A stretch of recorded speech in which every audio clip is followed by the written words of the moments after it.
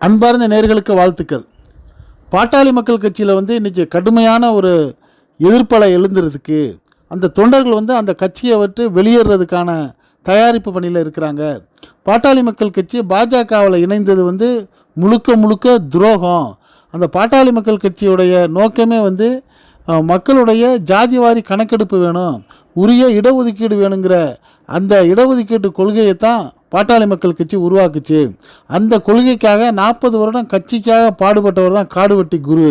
அப்படிப்பட்ட அந்த காடுவெட்டி குருவுடைய மகள் விருதாம்பிகை வந்து இந்த பாமகவை வந்து ராமதாஸ் அவர்களும் அவருடைய மகன் அன்புமணி ராமதாஸ் அவர்களும் தன்னுடைய சொந்த சுயநலத்துக்காக கட்சியை வந்து வழிநடத்துகிறாங்க.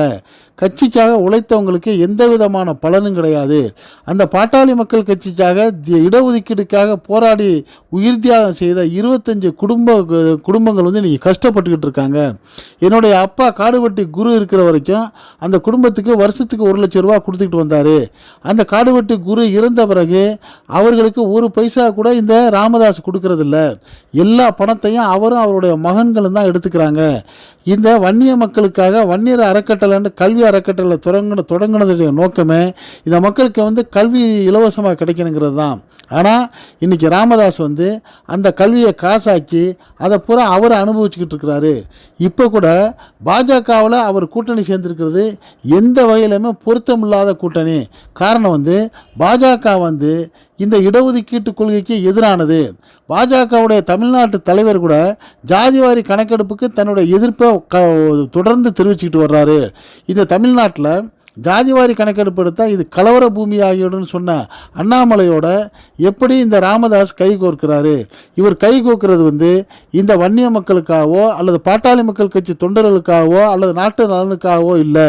தன்னுடைய மகன் மேலே இருக்கக்கூடிய அந்த வழக்கு, அந்த மருத்துவக் கல்லூரியுடைய சிபிஐ வழக்கிலேருந்து தப்பிக்கிறதுக்கும் தன் மகனுக்கு ஒரு ராஜ்யசபா சீட்டு வாங்கலாம் அப்படிங்கிற ஒரு எண்ணத்துலையும், ஒருவேளை பாஜக ஆட்சி வந்துட்டால் தன்னுடைய மகனுக்கு வந்து மத்திய அமைச்சரவையில் வந்து அமைச்சர் பதவி வாங்கிடலாங்கிற இந்த ஒரு எண்ணத்தோடு தான் ஒப்பந்தம் போட்டிருக்காரு.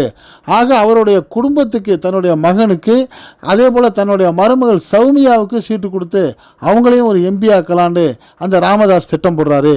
இப்படி தனக்கு, தன்னுடைய மகனுக்கு, தன்னுடைய மருமகளுக்குன்னு சொல்லி அவர் குடும்ப வளத்தை பெருக்கிக்கிறார ஒழிய அந்த வன்னிய சமுதாயத்துக்காகவோ அந்த பாட்டாளி மக்கள் கட்சிக்காக உழைத்த தொண்டர்களுக்காகவோ அந்த கட்சிக்காக உயிர் தியாகம் பண்ண 25 குடும்பங்களுக்காகவோ எந்த ஒரு உதவியையும் செய்யக்கூடிய நிலையில் ராமதாஸ் இல்லை. இவர் கிட்டத்தட்ட அந்த கட்சியை வந்து பாஜகவிட்ட போய் அடகு வச்சுட்டாரு. பாஜகவோட எந்த கட்சி சேருதோ அது கூடிய விரைவில் அழிந்து போகிறதுங்கிறது தான் சரித்திரம். அப்படி ஒரு நிலம் வந்து கூடிய விரைவில் ஏற்பட்டுன்னு சொல்லி அந்த காடுவெட்டி குரு அவருடைய தங்கை செந்தாமரை வந்து மனம் வெம்பி பேசுகிறாங்க. பேசுகிறதோடு மட்டும் இல்லாமல் வரக்கூடிய 2024 தேர்தலில் இந்த வன்னியர்களுடைய வாக்கு வந்து நிச்சயமாக வந்து அந்த பாட்டாளி மக்கள் கட்சிக்கு போகாது. அது வந்து எந்த கட்சி எங்களுடைய சமுதாயத்துக்கு வந்து இடஒதுக்கீட்டுக்கு குரல் கொடுக்குமோ அவங்களுக்கு தான் இருக்கும். நாங்கள் வந்து எங்களுக்கு மட்டும் கேட்கல, நீங்கள் நியாயமான முறையில் ஜாதிவாரி கணக்கெடுப்பு எடுத்து எங்களுக்கு எத்தனை சதவீதம் இருக்கோ அத்தனை சதவீதம் எங்களுக்கு உரிமை கொடுங்க, எங்கள் சமுதாயம் நலிஞ்சு போயிருக்குன்னு தான் கேட்குறோம். அப்போ எங்கள் சமுதாயத்துக்கு நீங்கள் கொடுக்குறதோட எங்களை போலவே எல்லா சமுதாயத்துக்கும் நீங்கள் வந்து அந்த இடஒதுக்கீடு கொடுங்கன்னு சொல்லி தான் கேட்குறோம். நாங்கள் எல்லாருக்குமான ஒரு நியாயத்தை பேசுகிறோன்னு சொல்லி இந்த பாட்டாளி மக்கள் கட்சி அவர்களுடைய தங்கை செந்தாமரை அவர்களும் மகள் விருதாம்பிகை அவர்களும் ரொம்ப வேதனையோடு இன்றைக்கி ப்ரெஸ் மீட் கொடுத்துருக்குறாங்க. இவங்க சொல்கிறதுடைய சூழ்நிலை என்னென்னா, நாங்கள் இந்த பாட்டாளி மக்கள் கட்சியை நாங்கள் விட்டுற மாட்டோம். இது வன்னியர் சங்கமாக இருந்து பாட்டாளி மக்கள் கட்சி வந்துச்சு, இதுக்காக உழைத்தவர்கள் உயிர் கொடுத்தவங்க நிறையா இருக்கிறாங்க. ஆனால் இவங்க வந்து ராமதாஸ் அவர்களும் அவர் மகன் அவர்களும் வந்து முழுக்க இதை வந்து அனுபவிக்கக்கூடிய ஆளாக வர்றாங்க. இதை நாங்கள் அம்பலப்படுத்துவோம், இந்த வரக்கூடிய தேர்தலில் வந்து பிரச்சாரம் பண்ணுவோம்னு சொல்லி அவங்க இன்றைக்கி வந்து பத்திரிகையாளர்கள்ட்ட சொல்லியிருக்கிறாங்க. அந்த அளவுக்கு பாஜக வந்து மற்ற தோழமை கட்சிகளை வந்து சிறுமைப்படுத்துமா அப்படிங்கிறப்ப அதற்கு ஒரு உதாரணமாக ஓரிரு தினங்களுக்கு முன்னாடி சேலத்தில் நடந்த அந்த கூட்டத்தில் பிரதமர் மோடி அவர்கள் மேடையில் முன்னாள் முதலமைச்சர் ஓபிஎஸ் அவர்கள் பேசிக்கிட்டு இருக்கிறப்பவே மோடி அந்த மேடையை நோக்கி வர்றாரு.